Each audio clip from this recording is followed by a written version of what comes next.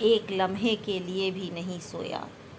جب سے پتہ چلا کہ آپ کے اعلیٰ ظرف بیٹے نے ایک بھاگی ہوئی لڑکی سے شادی کر لی، تب سے ہی اپنے قریبی دوستوں کو اس معاملے کی تحقیق پر لگا دیا تھا، اور یہ انہی کی محنت کا نتیجہ ہے جس سے مجھے نایاب اور محراب کی بے گناہی کے ساتھ آپ کے بیٹے کے گنہگار ہونے کا ثبوت ملا۔